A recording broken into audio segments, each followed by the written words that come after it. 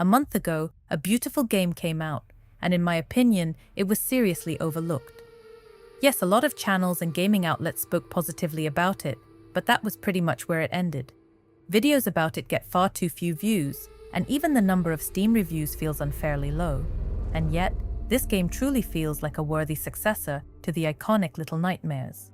Dark, unsettling, and incredibly symbolic, REANIMAL really got under my skin. On this channel, I never chase hype. What matters much more to me is the game itself, and the story it has to tell. And REANIMAL does that so well that a video about it simply had to appear on my channel. So, this is Cesaria, and let's dive into the world of the mysterious and striking REANIMAL. 5 children are staring down into a well. They are all friends, bound by a shared secret. And the boy with the sack over his head and the girl in the rabbit mask are brother and sister. It is through their eyes that we will witness this story unfold. As it progresses, we will have to find and free our friends so that, together, we can leave this eerie and mysterious island, a place where for some reason we have ended up. The game begins in the middle of endless waters. The boy is drifting across them in his boat, when by some miracle he spots his sister's body. After pulling herself out of the water and seemingly not fully coming to her senses right away, she attacks him. But once she comes back to herself, she chooses to continue the journey by his side. The world of REANIMAL has clearly survived a flood, and so the orphans are forced to spend part of their journey swimming, moving between patches of land that remain above water. The first place they search is the mill, a huge abandoned industrial building. This is where we find our first friend, Hood. She tells us that she knew we would come for her, and then, for some reason, she runs away, as if she has no desire to be reunited with us at all. As we follow her, we realize that we are not the only ones trying to catch up with Hood. A tall, hideous creature, something between a man and a monster, is chasing her. He looks truly revolting. His own skin seems too large for him. His head is swollen and stretched out like a balloon filled with sand, and his face is distorted in such an unnatural way that it looks as though it is about to slide right off. Trying to protect the girl from her pursuer, we run alongside her through the forest. The trees here are hung with human bodies that seem to be nothing but empty shells. There is no sign that anything remains beneath their skin, and as if playing along with the man hunting us, they come to life and throw themselves after us as well, gliding through the grass like snakes. In the end, as we try to escape the ice cream van driven by our pursuer, we fail. The man kidnaps Hood and drives away with her. The brother and sister catch up with him near a cinema in an abandoned town. It is here that we are shown a short film that is incredibly important to the story, though its true meaning will only become clear once we have finished the entire game.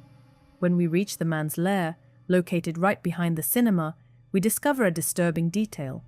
He collects those same hollow human shells we have already seen, then washes them, irons them, and stitches them back together before filling them with water, as if trying to restore their original form. Maybe that is what explains their loyalty to him. And if you look closely inside the cages in his home, you can actually see the final result of his work. Bloated bodies stand behind the bars, barely showing any signs of life, and among them we find Hood. Escaping with her in that same ice cream van, we manage to get away from the monster, but unable to control the vehicle, we drive off a cliff, and before we come to our senses, we are shown a horrifying image. At the bottom of the same well we saw before lies the body of a sheep, clearly dead. At first, it shows no sign of life at all. But then suddenly, its body begins to move in an unnatural way, with the unmistakable crack of bones and chaotic jerking motions. We continue our journey through this flooded, post-apocalyptic world, now as a group of 3. After reaching the next small island and making our way through a bright rapeseed field, we arrive at a barn packed with pigs. All of them look like ordinary animals, except for one. A giant pig, covered in scars, its entrails spilling out, is greedily devouring one of its own kind, and the moment it notices us, it orders us to leave in an inhuman voice. But apparently, this pig has nothing to do with the abduction of our other friend. More than that, it does not even try to hurt us. unlike the grotesque bird we will encounter after making our way to the lighthouse. It is there, at the very top, that we find our second friend, Bandage, locked inside a birdcage. The moment it realizes we have freed him, a hideous pelican of enormous size attacks us. Trying to take back the boy it had imprisoned, it begins to chase us. And even after we hide in the pig barn, the bird does not calm down. Instead, it starts a fire there, and by trapping it inside the building, we get rid of it, condemning to death the pigs locked in there with it as well.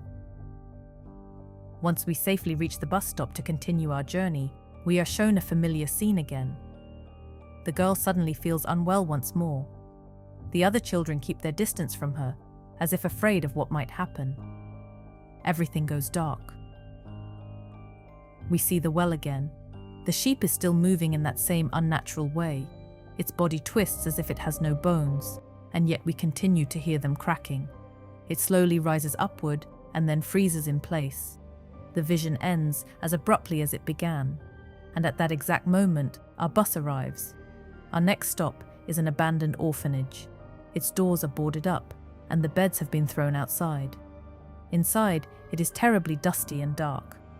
All the children seem to have turned to stone, and even the slightest odor makes them crumble into dust. But no matter how lifeless this place may seem, its corridors are dangerous. At first glance, the frozen statues of children may turn out to be alive and attack us. These are the current inhabitants of this place. They live in darkness and carefully avoid sunlight, because even the slightest ray can turn them to stone.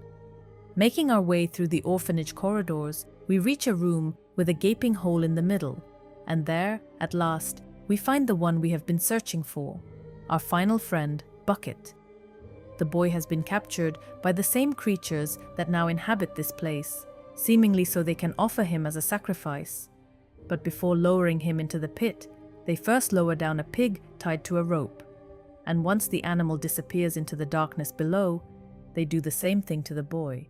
Unfortunately, when we try to save him, we ourselves become prisoners of the children, and they lower all three of us into the underground depths. Once there, we discover who the offering was meant for. A creature resembling something between a spider and a mole, with a gaping hole where its face should be. From that hole, it disgorges its stone children, the same ones that serve it. Catching us off guard, the spider seizes Bucket and swallows him, then comes after us as well. But we manage to bring the monster down, and by crawling inside its body through the hole in its face, we kill it for good and free our friend. And once we leave the orphanage together, we discover that it has been surrounded by soldiers hostile to us. Hood and Bandage are already waiting for us in the back of one of the trucks, and after sneaking inside it as well, we finally continue on our way as a complete group. And then, as we ride along, Bucket decides to ask the girl a question that seems to have been troubling all of them for a long time. Why did you come back for us? But she never gets the chance to answer. She feels sick again. The children are even more frightened than before and recoil from her, as if she is a serious threat. We see another vision. The sheep has grown several times larger. It thrashes wildly and slams itself against the walls of the well, trying to climb out. And once it finds something to brace itself against, it starts crawling upward. The vision ends, and the girl vomits. But there is no time to focus on her condition, because this vehicle crashes too.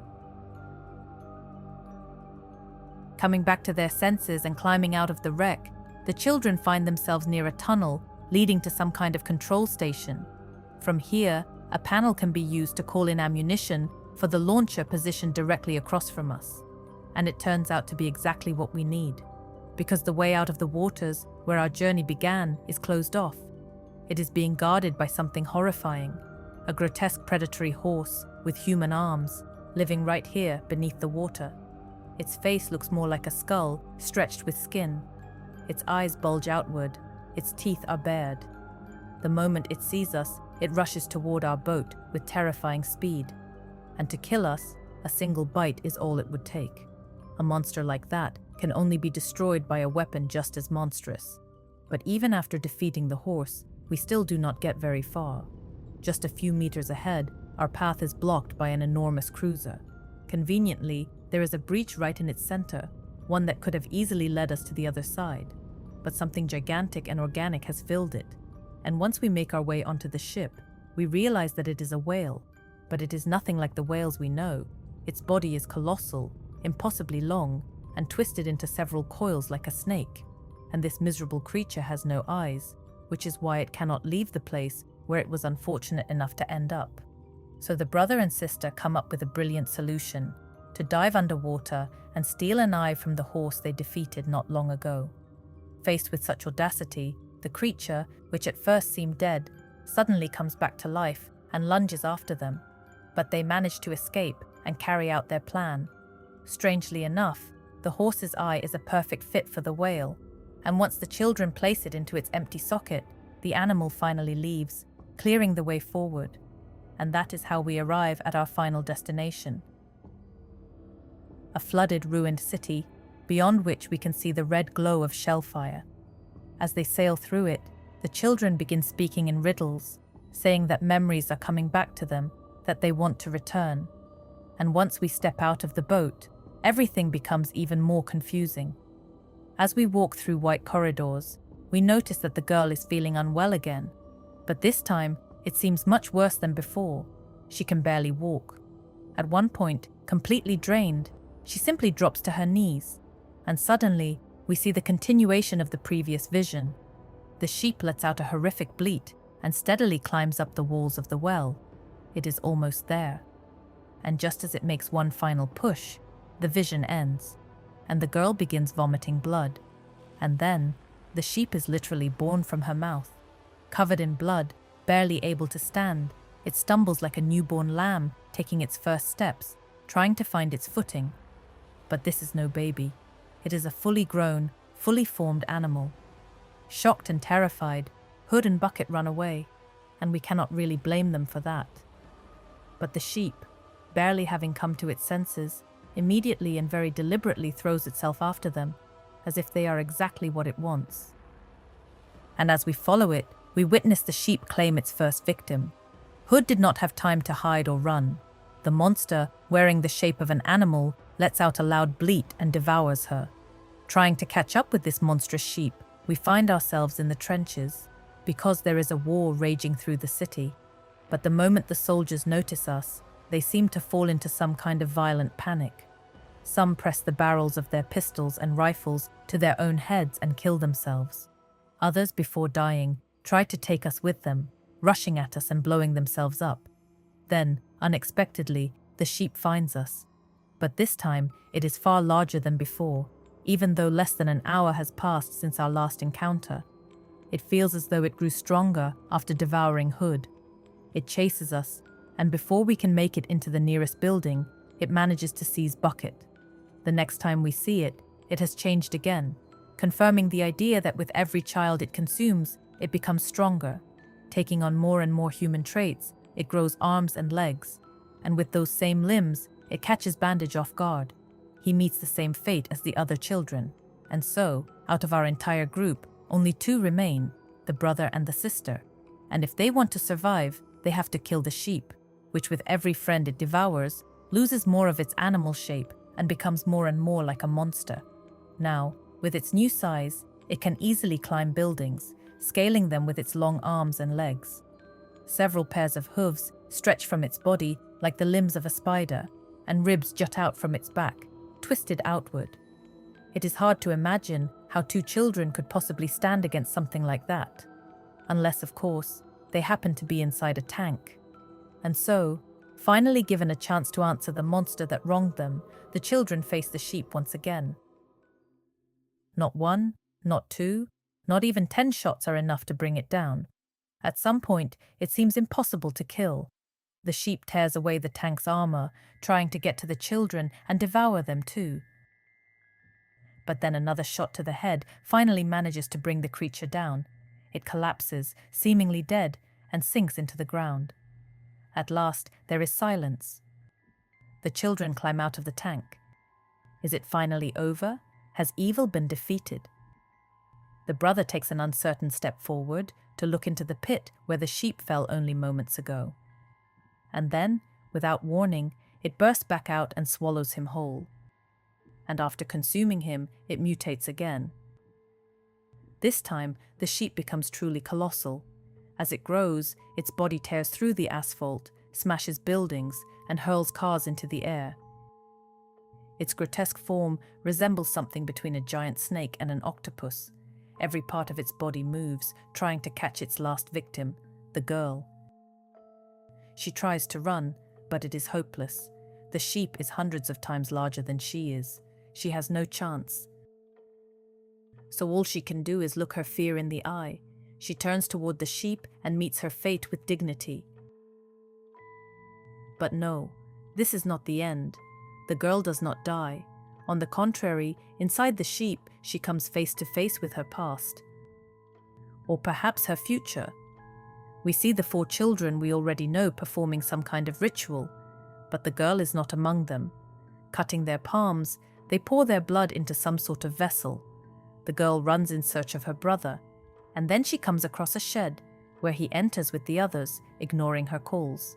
She rushes after them, but once inside, she finds no one, only a circle of rabbits drawn on the ground, and beside one of them lies the corpse of a real one. And the moment she crouches down beside the animal to get a closer look, the door behind her slams shut. It was a trap. The 4 children move forward. It is the brother who is made to drag the unconscious girl's body. Slowly, he pulls her toward the well, beside which sheep graze peacefully. And once the girl's body is laid beside the well, the sheep suddenly change. They rise onto their hind legs like humans and, as if caught in some hypnotic dance, surround the children. Then they throw back their heads and begin to scream wildly. We see the same scene as at the very beginning, but now only 4 children are looking down into the well, because the 5th one is lying at the bottom of it. But then her lifeless body rises upward, and with a sickening crack, falls back down again. We see the well once more. It begins filling with water all the way to the brim. Soon, that water will flood the entire island. I'm sure that once you learned the full story of the game, you could not help but ask yourself, what exactly was all of this? Well then, let's try to make sense of it. And I want to begin with a newspaper whose pages the developers hid in the game files. On them, we see images of places and characters we already know, and at first glance, it seems as though what is written there makes no sense at all. But if you look closely, some of the headlines can still be made out. From those fragments, we can learn that all of these events take place in a location called Sunny Island. We also learn that war is approaching, even though in the game itself, we see it already in full swing. Another important detail is the line saying that swine fever is spreading across the country, and that means everything is moving toward an inevitable crisis, famine and death. The other headlines support that same atmosphere. No hope, Armageddon is coming, everyone is dead. And with that knowledge in mind, we can slowly begin to understand what is happening. These 5 children live in a world ruled by hunger and overshadowed by the coming war. They themselves are in a desperate situation. All of them are dressed poorly, their clothes are worn out, and the description tells us that they are orphans. Can you imagine a sadder fate for children? And it seems that this is exactly what pushes them toward a desperate act. Somehow, they learn of a ritual that requires a sacrifice, and after choosing the weakest one of their friend's little sister, they decide to sacrifice her in order to save themselves. They throw the girl into the well, just as the ritual demands, but everything turns out very differently from what they expected. It is after that moment that the events of the game begin to unfold. But there is one crucial difference. Throughout everything we see, the children have already been dead for a long time. And I think many of you may have already guessed that yourselves. As we explore the world of REANIMAL, we can find nailed shut little coffins. And when we open each of them, we see the ghost of one of our friends and witness the final moments of their life. Hood was shot, Bandage stepped on a mine, Bucket fell from a cliff, and the brother was hanged. As for the girl, we already know what happened to her. But when exactly did they die? Most likely after the ritual was performed. It led nowhere. As the game shows us, the war happened anyway, and the children still never found a better fate for themselves. Each of them became one of its victims, and the scenes of their deaths only confirm that. And all of this leads us to the realization that the world where the children finally reunite is not entirely real. It is hard to say exactly what kind of place it is. Hell? Purgatory? I do not think that matters all that much. What matters is that this flooded, ruined world is a reflection of everything they went through, as well as their inner state. The developers themselves say that the game's locations and monsters are based on the characters' memories. Places like the orphanage where they once lived, the barn where they most likely hid, and the military trenches that the 4 children must have witnessed after the girl's death. The sniffer is a character embodying the vile adults who try to harm children. The soldiers represent people who are not willing to spare even the very young. But the creatures I find most interesting are the animals.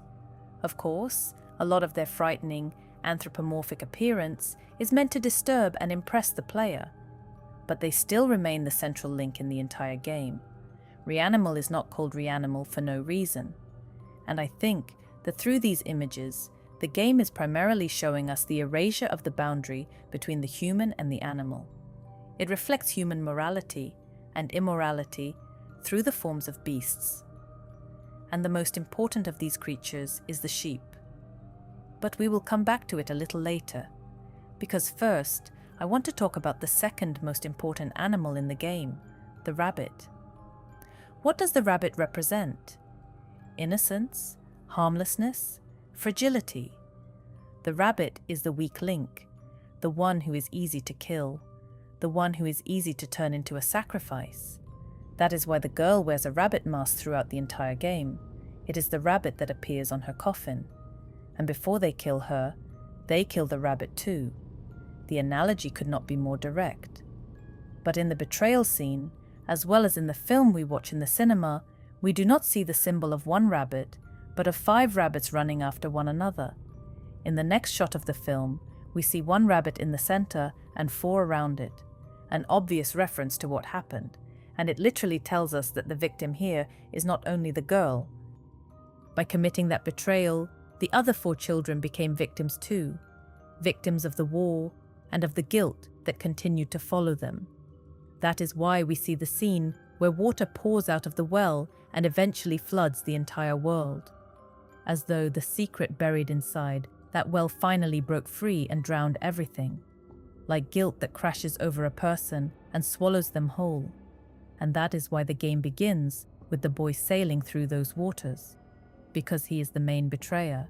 He did not just betray a friend, he betrayed his own sister, and when he finds her, he is certain that she is dead. She immediately attacks him and tries to kill him, as if she wants revenge. But then she changes her mind. Despite everything that happened, the girl still tries to save her friends. That is why Hood runs away from us in the first chapter, as if she is afraid of our intentions. That is why they keep asking, "Why did you come back for us?"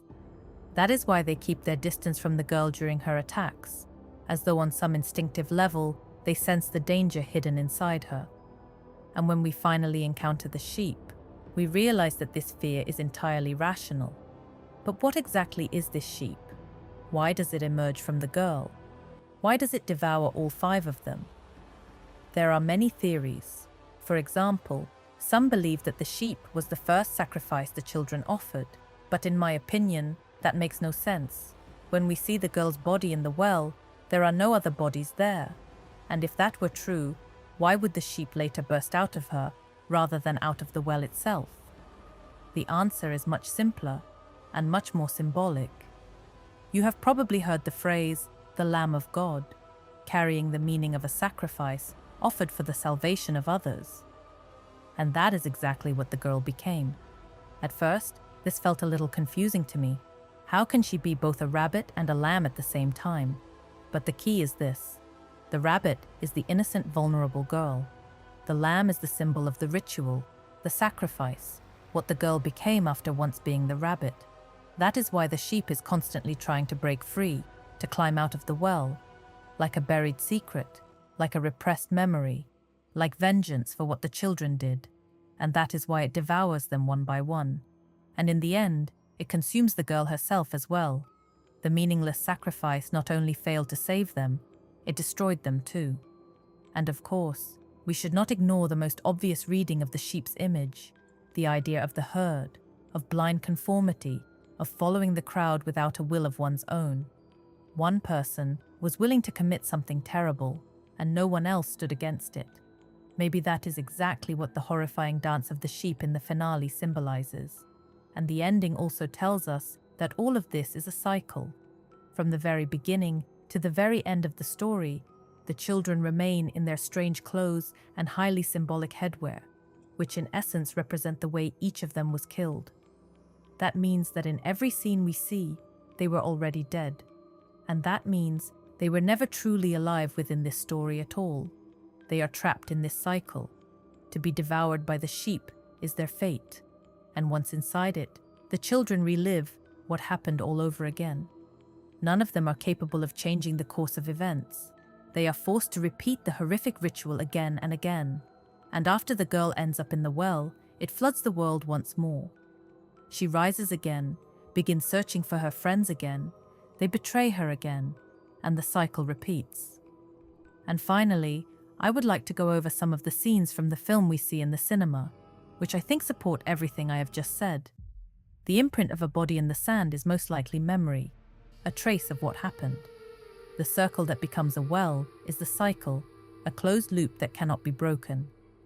The rotting food on the plate, the apple being eaten by worms, may symbolize the hunger and decay consuming the country.